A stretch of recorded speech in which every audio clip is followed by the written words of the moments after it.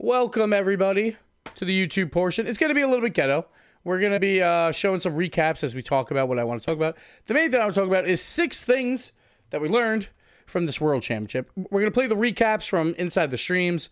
I didn't want to, download them and cut them all out and all that stuff because this is the first time I've had any time to do anything. So we're going to do that.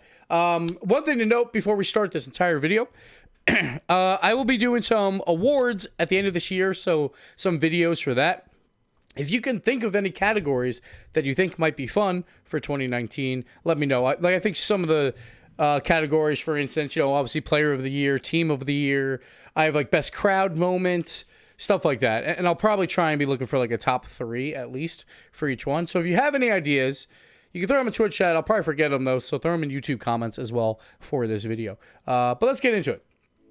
So 6 things. Oh, we're not supposed to have any sound here. So 6 things that we learned from this World Championship. Let's just talk about it. Instead of doing a normal recap, experience, it still reigns supreme. We had 17 first-timers, but at the end of the day, our top 3 teams at this were easily Dig, Vitality, and Energy. Space Station tied for that, and they were a team of rookies, so that was fantastic. But like in terms of top 3, since like season 3, we haven't had too many rookies. Like season 3 had like I think a couple. Season 4 was one of the last times we saw a rookie team at a World Championship actually go far, and that was Cloud9 and Method, who finished number 2 and number 3. But we knew those guys were pretty good, and like ever since then, it's been tough. I feel like Rogue last season, maybe a little bit of a favorable bracket. They obviously played well to get there, and that's why they got the favorable bracket. They tied for 3rd in Space Station this season as well. They did what they needed to do. They took out the top European seed. So, but it's very rare that they're going to be competing for like the finals. And that brings me to my second thing. The old Dignitas roster are GOATs at the World Championship. They know how to play at the World Championship every single time. Since season 3, when K-Dop and Turbo played each other, K-Dop has been to every single grand finals. That is 6. He has 3 wins. Turbo's been to 5 grand finals. Every single time he's made Worlds, he's been to the grand finals. He obviously has 4 wins there. Violent Panda has been to 4 World Championships and 3 grand finals. He lost, obviously, in the semifinals here. Those guys just know how to play in front of a big crowd, and I think that's always a big step going forward, is like teams like Pittsburgh Knights. They played pretty well, and they were probably my 4th best team at Worlds. Like, I would probably nod them a little bit ahead of Space Station, just the bracket didn't work out for them. They look pretty strong, but at the end of the day, man, it seems like the guys that have been there before, and like especially Dignitas, that roster, man, they just know how to win at Worlds. It's different than DreamHack. It's different than WSOE. It's different than E-League. When you're playing in front of that many people, things change. Things definitely change. My other one, surprise players. Surprise players seem to happen a lot at these World Championships. We usually have at least a month off, sometimes even longer, for a chance for these players to come up and like change how they're playing. I feel like last season G2 was a prime example of that. Like I really discredited them going into the World Championship because I felt like their playstyle wouldn't work. They got dominated by Cloud9 in the semifinals of the regionals. And I thought it'd be something more of the same, but they completely changed their playstyle, and JNAPS obviously had the tournament of his life. So,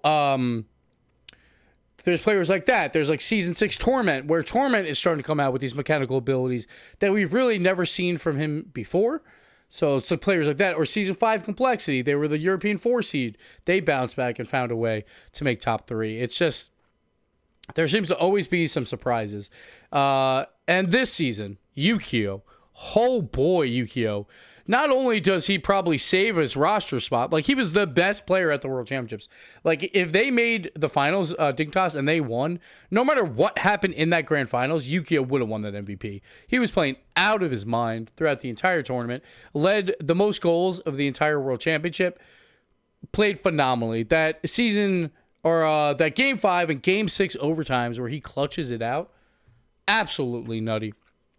Mad props to him. Arsenal is another one of those players. We talk about Cypical and all that stuff.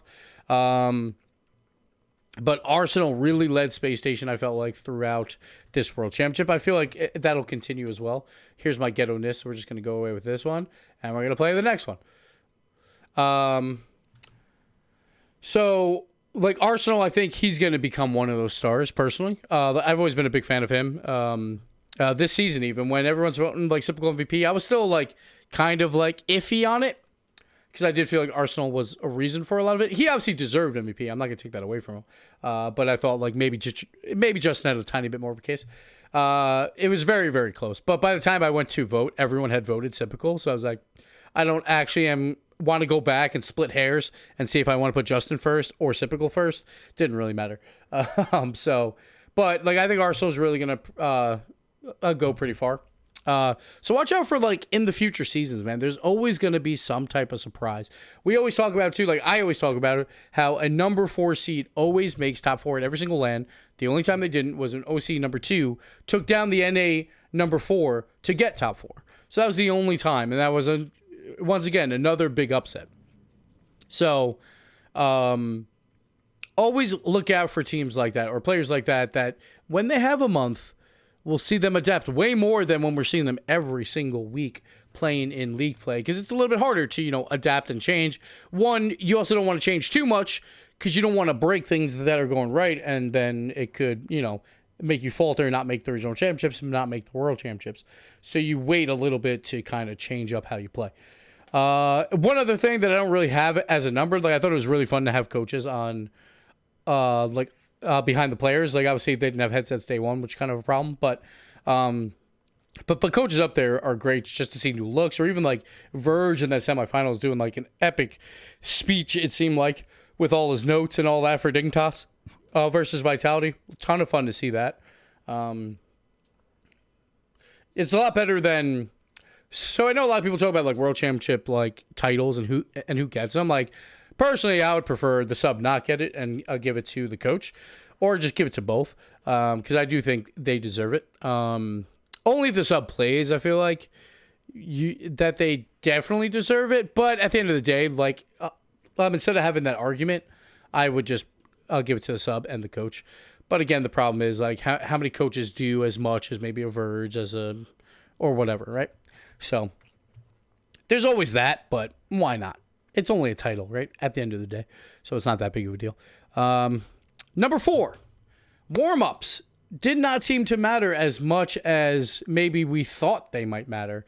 So if we look back, like I was very worried about the top seeds and having the warm-up games from the other teams be a major issue. And it didn't seem that bad. Like obviously Reciprocity looked really flat. They were probably the one example of maybe that did hurt them. But I thought it'd be a bigger advantage. Like I felt like it was pretty even. It didn't matter too much. Pittsburgh Knights, they also lost to Dignitas after Dig had a warm-up, but they also destroyed them in game 1. So I don't know if that was much of a factor. The Energy and Vitality, they both won their series handily. Maybe their competition was a little bit less, so it wasn't as big of a deal. So I'm not too worried about that. Then when you go to the semifinals on day 3, which I figured wouldn't matter as much, Dig Vitality was super close, and I think it didn't really matter that Vitality played earlier. And then like Energy, they obviously handled Space Station Gaming. Obviously, Energy was the better team anyway, so who knows? But yeah, I think we're done with this recap now too, since we can't hear it. So let's go to the next one. All right, so this is the end of the tournament and the recap at the end. So this one will be a little bit shorter. So that's my number 4. The warm-ups in the bracket didn't matter much that much. Like, I enjoyed this bracket a lot. Like obviously the lower bracket has issues of like, one thing I was surprised is that 9th through 12th got different prize money.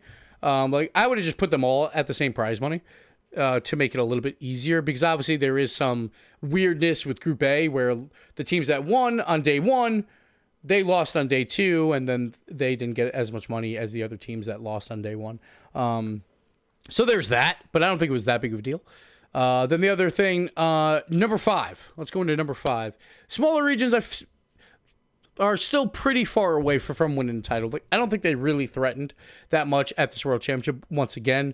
They all finished last except for Renegades. Low-key got a win, though, over Veloce, but like I do think that when you get to the top teams, it was kind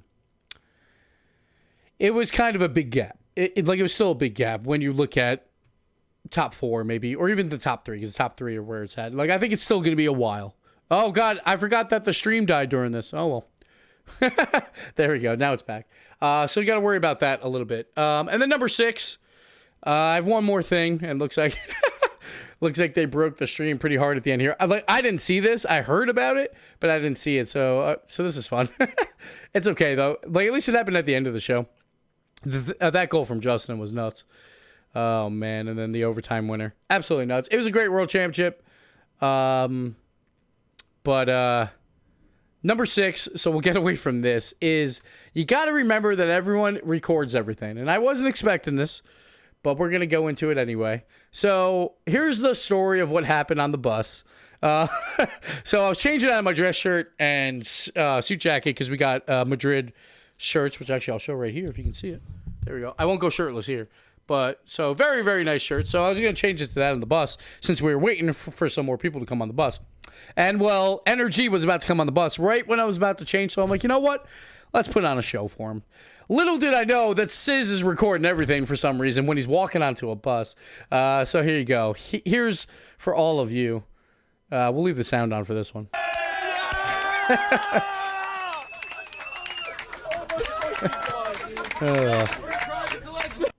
So that's for Sizz's private collection. Obviously, it's for everyone's private collection now. So there you go. There you go. Everyone records everything, and you just got to remember that. That wasn't planned. I'm not trying to, like get more followers on Twitch. I'm not going to turn into or Twitter. I'm not going to turn into a girl streamer where I'm just going to start wearing really low cut shirts. Maybe one day. Maybe if we hit some sub goals. Then we'll go to that. There was no after party this time around. So we just went to Five Guys, I think, a bunch of us. And then we were all pretty tired.